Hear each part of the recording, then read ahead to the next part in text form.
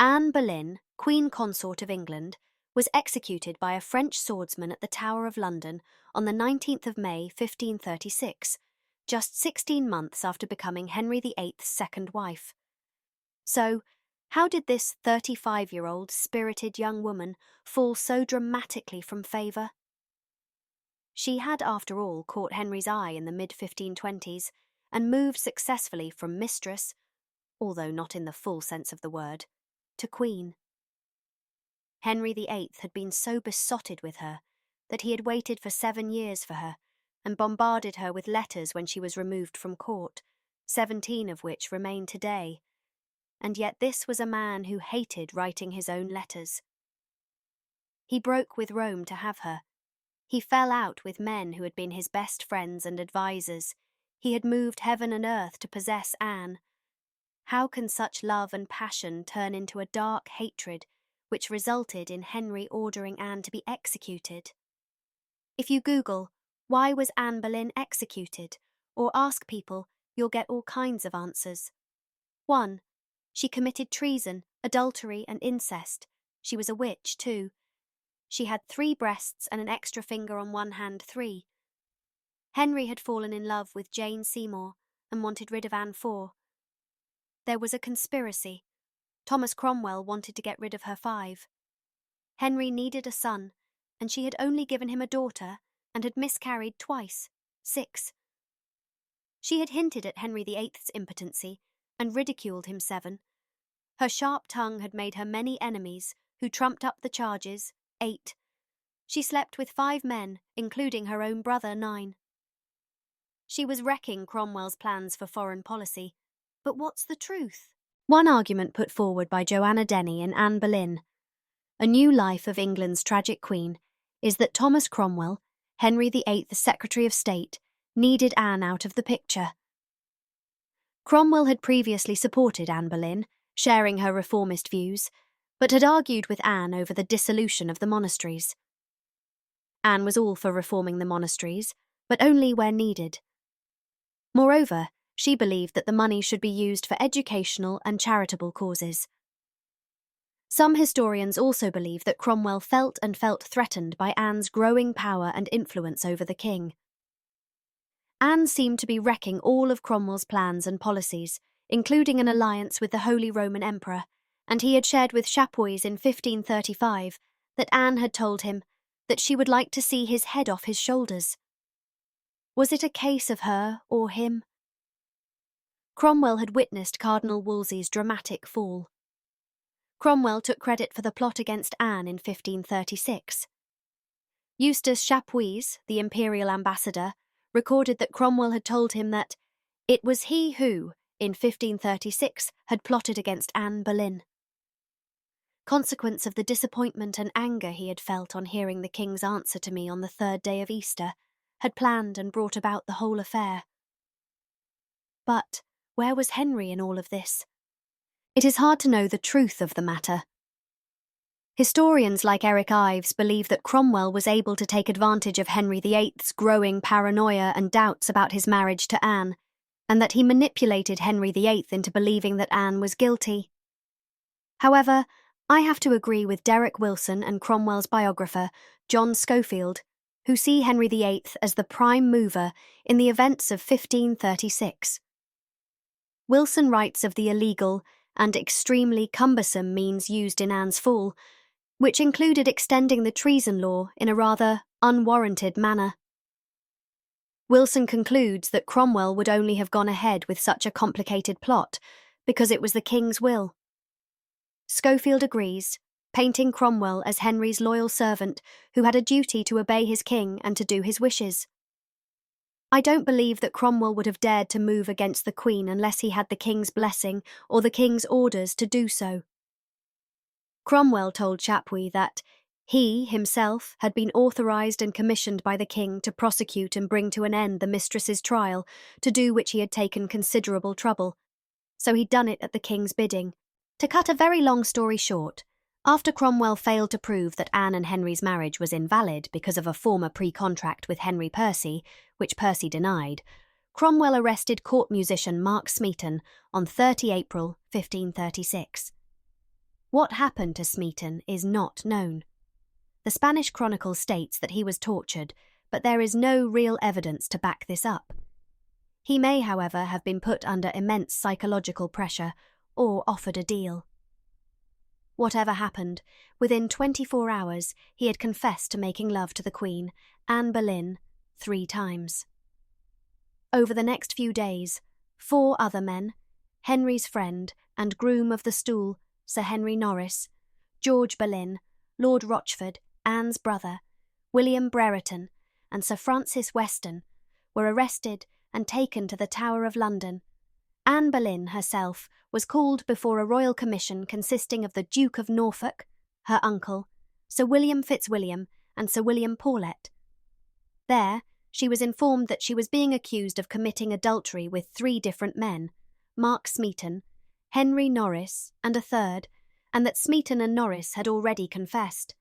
Anne remonstrated with her accusers, but her words had no effect, and the Royal Commission ordered her arrest. Anne was then taken to her apartment until the tide of the Thames turned, and then, at 2 o'clock in the afternoon, she was escorted by barge to the Tower of London. On the 12th of May, 1536, Norris, Brereton, Smeaton, and Weston were brought before a special commission of Oyer and Terminer at Westminster Hall and arraigned for high treason. Smeaton pleaded guilty, while the others pleaded not guilty. All 4 men were found guilty on all charges, which included committing adultery with the Queen and plotting to kill the King, and sentenced to be hanged, drawn, and quartered. Their sentences were later commuted to beheading. On 17th May 1536, George Boleyn and Anne Boleyn were tried in separate trials in the King's Hall at the Tower of London. They were tried by a jury of their peers, a jury which can only be described as a hostile jury, and although they both put up a spirited defence, they were both found guilty of treason and sentenced to death. George, Norris, Brereton, Smeaton and Weston were beheaded on Tower Hill on 17th May, 1536. It's 19th May, 1536.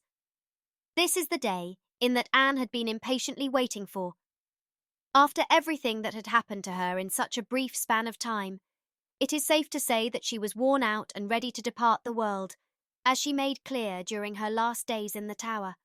It is thought that, sometime during Anne's imprisonment, she wrote a poem about her fate and how she welcomed and embraced death. Anne likely had trouble sleeping the night before her execution, and must have spent the night in prayer, continuing to pray for the swift deliverance of her soul and for the life of her precious daughter, Elizabeth. When Kingston came to her rooms to tell her to make ready, she was already waiting for him. According to a letter written by an observer from her execution, she was wholly habitate in a robe of black damask, made in such guise that the cape, which was white, did fall on the outer side thereof. The cape was a short mantle furred with ermines. This is significant because by wearing ermine, Anne was emphasising her rank as queen. Additionally, another report has indicated that she wore a red kirtle, a colour associated with Catholic martyrdom, suggesting that she may have been making a statement of her innocence during her final moments. Anne was flanked by 4 servants as she followed Kingston out to the scaffold that morning at 9 o'clock. She was escorted through the courtyard of the Tower to her new scaffold in a grim procession, and it was said that the Queen went to her execution with an untroubled countenance. Waiting for her at the scaffold was a vast crowd of roughly 1,000 people, though her execution was deemed private in contrast to the others from a few days ago.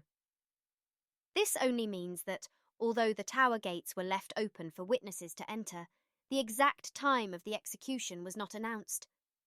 Still, Anne had a great audience when she mounted the scaffold steps. Among the crowd watching Anne die were her uncle, the Duke of Norfolk, Charles Brandon, the Duke of Suffolk, Henry Fitzroy, the Duke of Richmond, the Mayor of London, and many other earls, lords, and nobles of the realm.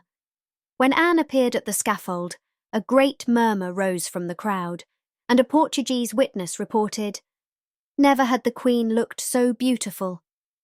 She mounted the steps of the scaffold, which was draped in black cloth and covered in straw. There was no block, since Anne was to be decapitated by a French swordsman, and would kneel upright for the blow. She remained dignified and composed, and looked around at the people surrounding the scaffold, then turned to Kingston and begged leave to speak to the people, promising she would not speak a word that was not good. When he gave her leave to speak, she addressed the people. Here is one version of the speech she made to the crowd. "Good Christian people, I am come hither to die according to law, for by the law I am judged to die, and therefore I will speak nothing against it.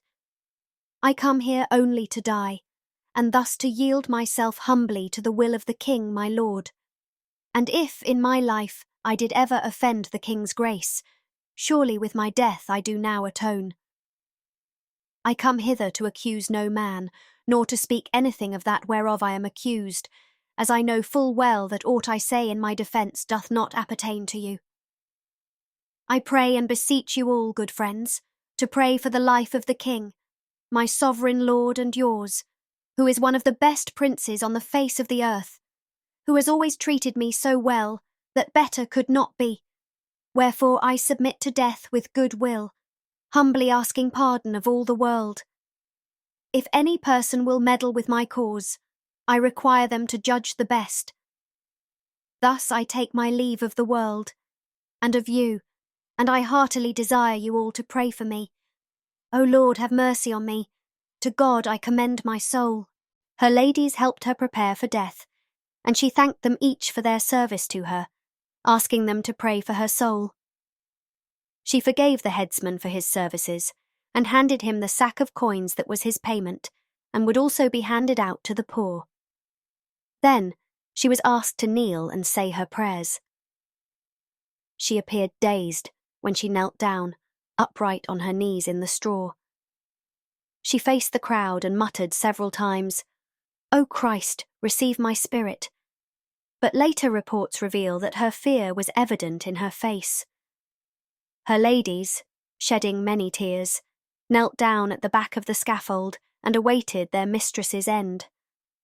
Reports differ on whether or not Anne Boleyn was blindfolded for her execution, but seeing as it was the normal thing to do in these cases, it is probably more likely that she was.